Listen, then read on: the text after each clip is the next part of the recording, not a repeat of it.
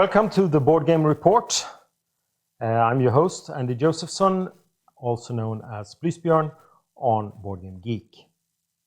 This time we're gonna take a look at a board game called Vektorace. This is a game I discovered during the Essen Fair of 2018. It's an Italian design. I always like to be on the lookout for good racing games. Racing games tend to fall into categories. They are either extremely random or luck dependent, or they tend to delve into a lot of nitty-gritty rules and drag on forever. And I know I'm going to get flack for this, but Formula D is a racing game I would always say I despise. I would never play it. I hate it. Why? Because it's so long and it's prone to over-analysis. I played, a single, I think it was 3-lap game on a regular map, and we were 5 players, and it took like 3 hours, and I was ready to, blow a fuse. So Formula D is not my kind of game. There are other ones that are well known. Turf Master, for example, that is a really good game, but it's not really there for me. There is a long tradition of racing games. One of the earliest racing games, I would say, is The Hare and the Tortoise. Here I have the Swedish edition, Haren och Sköldpaddan. This game was actually published in the 70s, but it is one of the first real Euro games, I would say. And I remember when I was a kid, I saw this in the toy store, and it said, "Game for adults, vuxenspel." So one thought, oh wow, this must be really difficult. And even though I loved board games at that time, I never got around asking for this or putting this on my Christmas wish list. This is still a fantastic game. It is a little bit on the mathy side.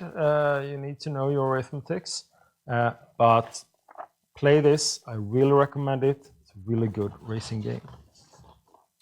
Then you have these racing games that are really rules heavy. And one example is Leader 1. It's a bicycle racing simulation, I would almost say. There are a couple of editions. There is this Leader of the North, which is actually a standalone expansion, and you also have the Pink edition, which is the Giro d'Italia edition. I really like this game. I very seldom play it. This is a long game with a lot of rules, and you can of course play a shorter game, but to really get the value out of it, you need to play a longer game. It's very rare that this hits the table because of its theme and so forth, but I would like to play this more because I enjoy it. Then you have the games that doesn't look like racing games, but that actually are racing games. For example, Lewis and Clark. The point of this game is to be the first one to cross all the way over from the East Coast to the West Coast of the US continent. But during the way, of course, you have deck building, you have area control, you have worker placement. There's a ton of things going on. This is an involved game, a great game, I would say, but it's a racing game. Nothing else, actually, to be quite honest. And then we have Rallyman. Rallyman is potentially a great racing game. What I didn't like about it was that you race one at a time. You know, it's time trial based. So you do this rally races through a track, and then one player plays at a time, and then you see who did the best. And that wasn't a good choice, I would say. Now they've just they're working on the fulfillment of a Kickstarter version called Rallyman GT, I think, where you're going to play simultaneously, and that I'm really looking forward to, because they had a really interesting dice mechanic going on in that game. It's not simply rolling dice, it's a management of the dice. So I'm looking forward to that. But back to Vektorace. Vektorace is a game in the vein of TIE Fighter and Wings of War, in that sense that you don't have an actual game board. You don't have a predefined track. You build your own track, the table is the game board, and you move your pieces using rulers. And I must say, this is a great racing game. It's for 2 to 4 players. Actually, there are components in there, so you could theoretically play 8 players. I don't know if that would become too crazy and if the downtime would be crazy, but you know, one is always free to test. The components are great, you will see that. The setup time and the teardown time, as you also will see in the videos, is really quick. So I already, this was a spoiler, I already told you what I think of the game, but I think it is worth bringing out. And I must also give a huge thank you to the publisher and designer, Spartaco Albertarelli, it's an Italian game, that provided me this review copy for free. So a big thank you. But even though I got this as a bribe, it hasn't affected my opinion on the game. It is a good one. But let's take a look at how it sets up, plays, and tears down.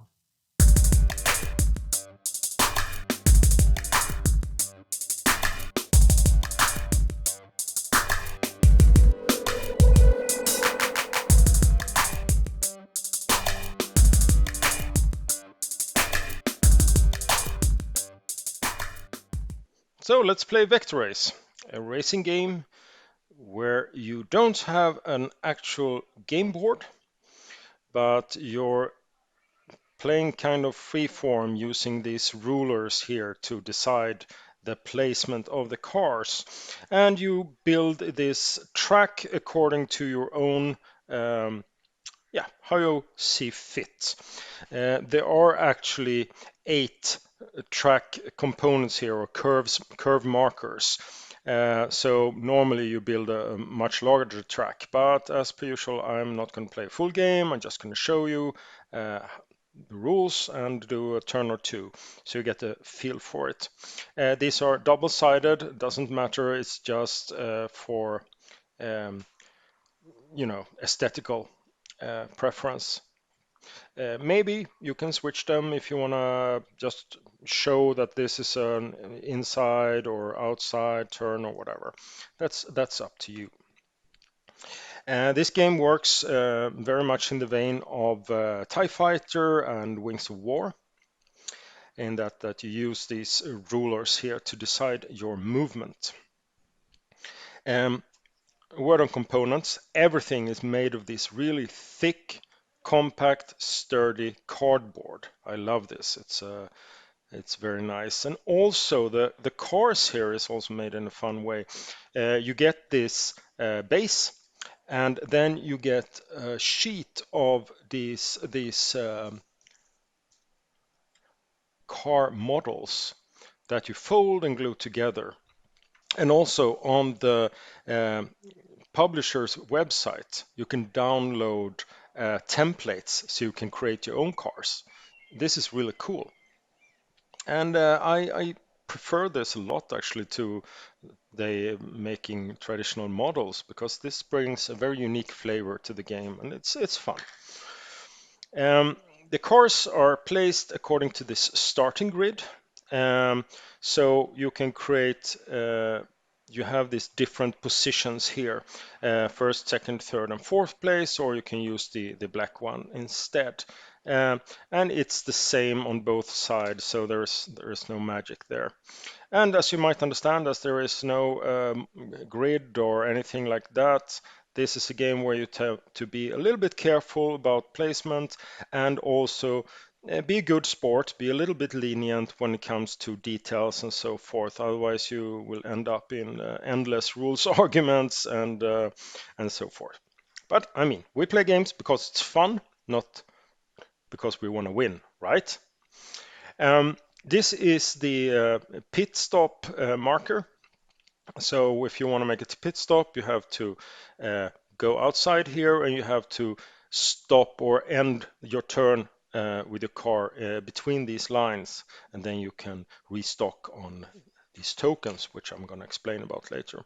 And this is the winning line that you pass. Um, you have a little measurement token here that you use to decide whether you're allowed to make some of the special moves or attacks as they're called in the game. These are position tokens. So every turn you share, dole this out according to positioning, and the positioning rules are a little bit interesting or weird depending on how you feel. Then we have lap tokens, and these you use to keep track on how many laps the game has gone on for, and you decide how many laps you want to run. I wouldn't imagine going for 6 laps. There are actually even more of these tokens available. You can have up to 8 positions, and I don't know. Yeah, they provide bases, 8 bases, so you could theoretically build 8 cars, and um, I guess you'd have to reuse this and line up the cars so you get 8 cars. Uh, Interesting. Um, but there are only 4 sets of these, and between turns, at the end of your turn, you need to declare what gear you're going to go in next turn. So if you want to play 8 players, then you would have to figure out some way of doing that. But I mean, it's not a big deal. You could probably, use some token or die or whatever um, to as a marker. It would be interesting to try actually. Probably very chaotic. So how does a turn work? You have these 5 gears. And when it's your turn, you probably at a specific gear. So in this first turn, I'm gonna go in gear 1, and blue is the first car. Uh, you can place the gear according to these 3 green colored edges. So I can either place it like this, or I can place it like this, or I can place it like this. These are my 3 choices. Let's say I place it like this. Then the white arrows here decide how I may place my car. So I take my car, I can either place it like this, I can place it like this, or already, sometimes you need to keep a finger or something here, or I can go like this according to the white line, or like this, or like this, or like this. And of course, the faster, the higher gear you're using, the less choice you have here, the lower maneuverability you have. But what about the black arrows? Yeah, well, this is where these tokens come in. When you start the game, you have to decide what ratio out of 8 tokens you want to have when it comes to these. You have nitro tokens and you have tire tokens. And as you might guess, the nitro tokens are for speed actions, upshifting, fast upshifting, boosting, going even faster. And the tires are for maneuverability and fast downshifting. So if you're playing on a track with the long straight stretches, maybe you want to have more nitros. If you have a lot of tight curves and stuff, you want to go for more tires. This is a pretty tight track, so I'm gonna go for 6 tires and 2 nitros. And this is up to each player to decide at the beginning of the game. So what do these do then? Well, in this case, you see the black arrows here. To be able to use one of those for placement, I need to spend a tire because I will do some tricky brake action here. This means I could go like this. So it's pretty much that I drift a little here. Or I can go like this. So I may use the black arrows to do some more crazy stuff. But this is one here. I'm gonna go like this. Okay? Then at the end of my turn, I have to decide and declare what gear I'm going to go into. I can downshift one or upshift one for free. That's the standard. So either I can stay on number 1 or I can go for gear number 2. But if I spend nitro tokens, for each nitro token I use, I can upshift one step more. So if I want to go from 1 to 4, I need to spend 2 nitro tokens. I don't think I can do that. Also, I'm not allowed to test here what would be good. I need to use my judgment, my visual judgment and spatial aptitude to see what's going to be the best. I'm going to be a little wild. I'm going to spend a nitro token here and declare gear number 3. Then it's the next player's turn. And that player is number 2. Now we come to a little bit of an interesting situation. That player is going to use 1, of course, it's the start of the game. If you place your tile in such a way that your movement would end up in a situation where you overlap another car, then you will end up in a penalty situation. Either you can be forced to downshift to a lower gear by using tire tokens so that you might end up in a more preferable position. If you can't do that, if you're at 1 or if you don't have any tire tokens, then you will have to skip your turn. And the next turn, you will have to start at gear 1. So that can be pretty bad. Also, the edge of the table is also one of these limitations. So if you risk going over the end of the table, you will end up in the same situation. You need to power downshift or you need to skip your turn and start from gear number 1. So player number 2 will try to take the outside here and go like this. And to do that, he or she needs to spend a tire token, which they happily do. It's very easy to go wild and spend too many tokens early in the game and end up in a pretty bad situation at the end. So one has to be careful here. Then it's player number 3, and number 3 also gonna go. I didn't declare here for this one. They're a little bit more. They have that player has decided to go for 4 nitro tokens maybe, so they're more willing to spend. So they're also gonna go for gear number 3 next turn. So player number 3, as you can see, you can just place this one here. No, yeah, you can. Just gonna place it like so. But then can't use this one. So it's gonna go like this. That's it. And player number 4 is gonna go like this, just a regular straight one. Okay, that's the end of turn 1. Now we have to decide the play order. And you do that by checking the front of the car. If the front line of the car, it says in the rules that if you see that they start getting misaligned like this, you just switch them, you align them in this way. Um, so if I measure here like this, if this line would have passed through another player's car, then the other player's car would have been ahead. So that means that even though you might be in the front, if you're in a sharp turn, you might still not be considered the first player. But blue in this case is player number 1. I'll just put it here so you understand.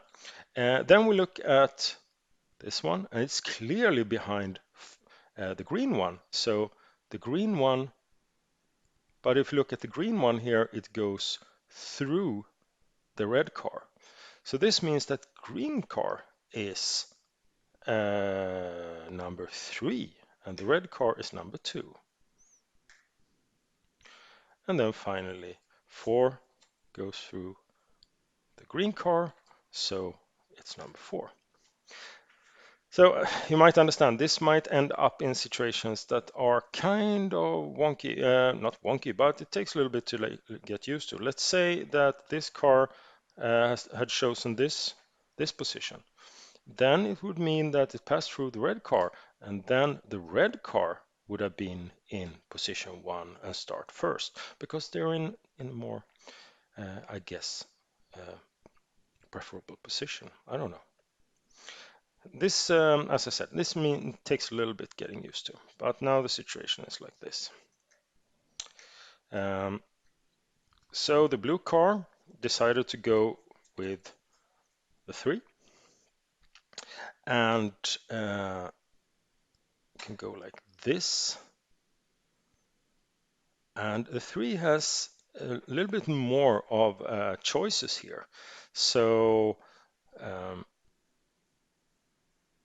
the player is probably going to use another tire. A little bit uncareful here, but want to get into good position for the curve like this. So, and that player is gonna, I think this player gonna downshift to 2 for next turn. Now it's red's turn, and red had declared 3. But red feels that this is not enough. So then the player can use the boost power. And by spending nitro tokens, you're allowed to use the boost. So if I, for example, use the boost number 2 here, there is actually shown on the back side here what options you have. You switch this over, and as you see, there is a single green line arrow here. I must place it here. And as you're boosting, you have much less opportunities here for placement.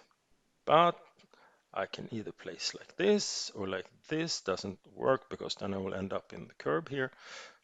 But I can go like this, which puts me in a really favorable position. And then the question is, am I going to go for 3 or am I going to go for 2? I'm going to keep on 3 as a red. And then it's the green player who declared, who was a little bit, what do you say, more conservative. So the red player goes like this and just moves like this. And the fourth player, let's say they spent a nitro token because they expected this work like this. And they do not spend another nitro token, but place themselves like this.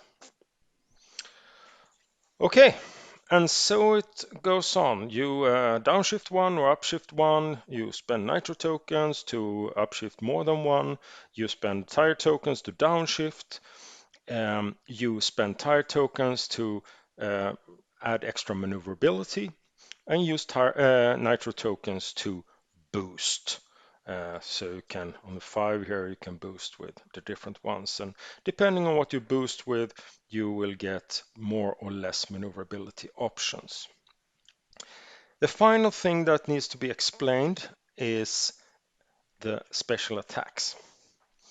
And for an attack to even be something to consider, the cars need to be aligned.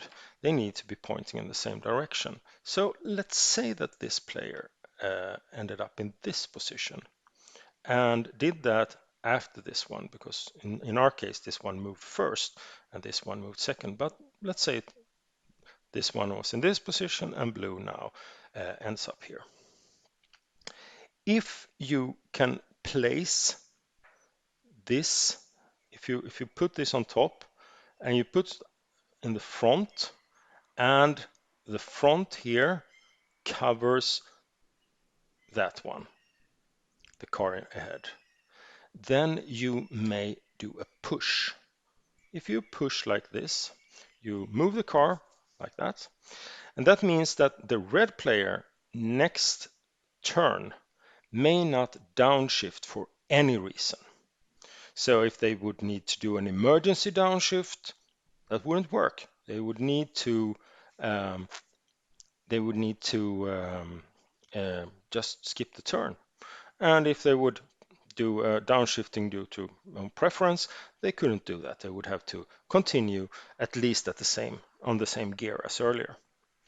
If a player that's doing a push spend a nitro token, they can do an overtake also, so they can end up in this position.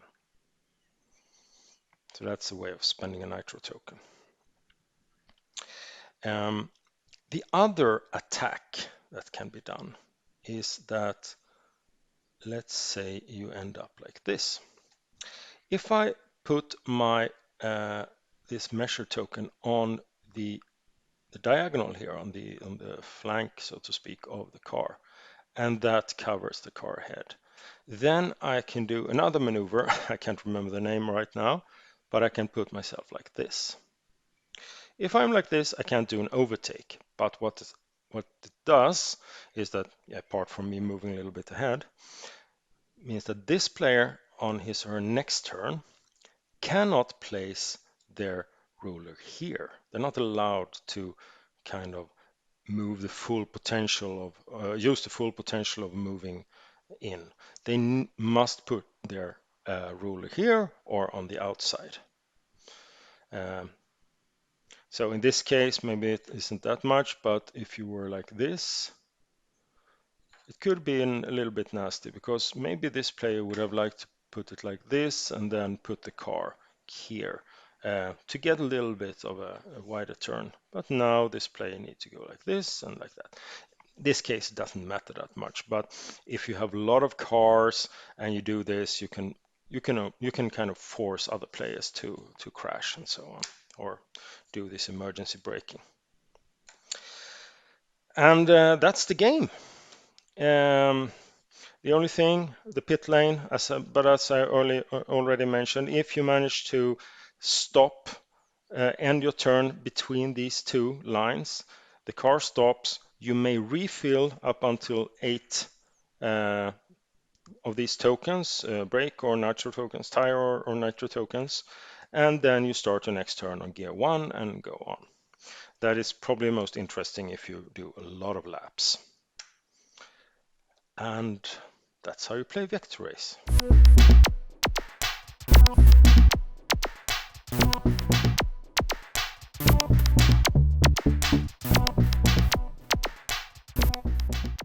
Okay.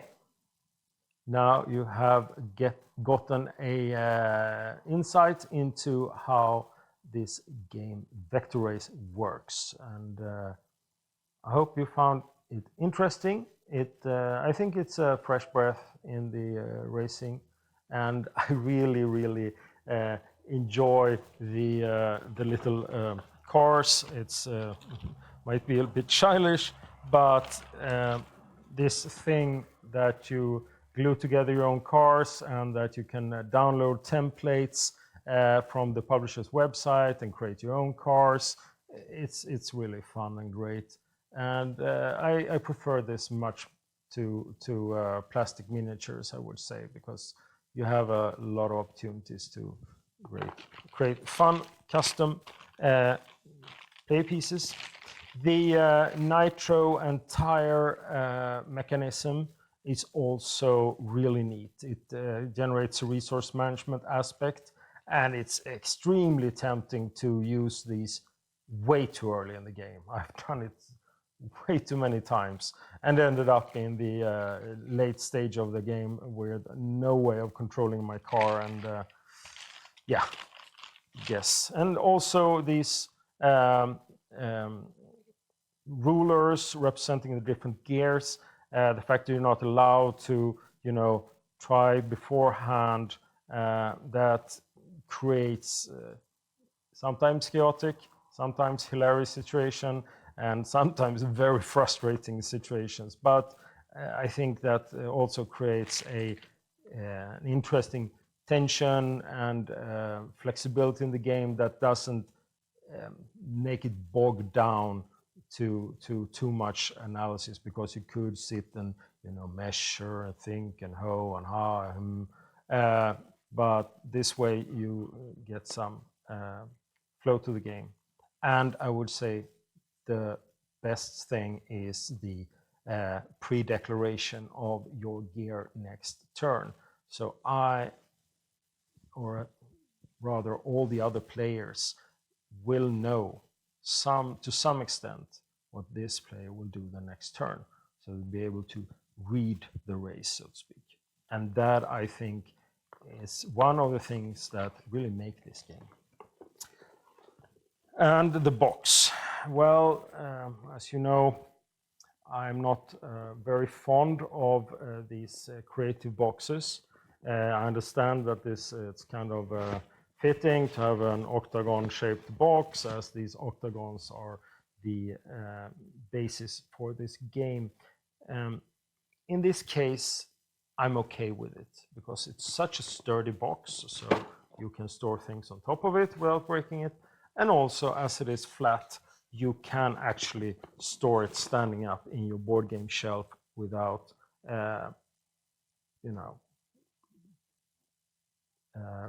risking it to roll off the shelf or break or whatever. So I'll give this box a pass. I'll even give it a kudos because it is a creative box, but it works. So really hope for a wide distribution of this game. I know that there was talks about it, and it has distribution in the Italian, French, and Spanish-speaking world, and hopefully it will get even wider distribution because it's well deserved. Thank you for watching, and see you soon.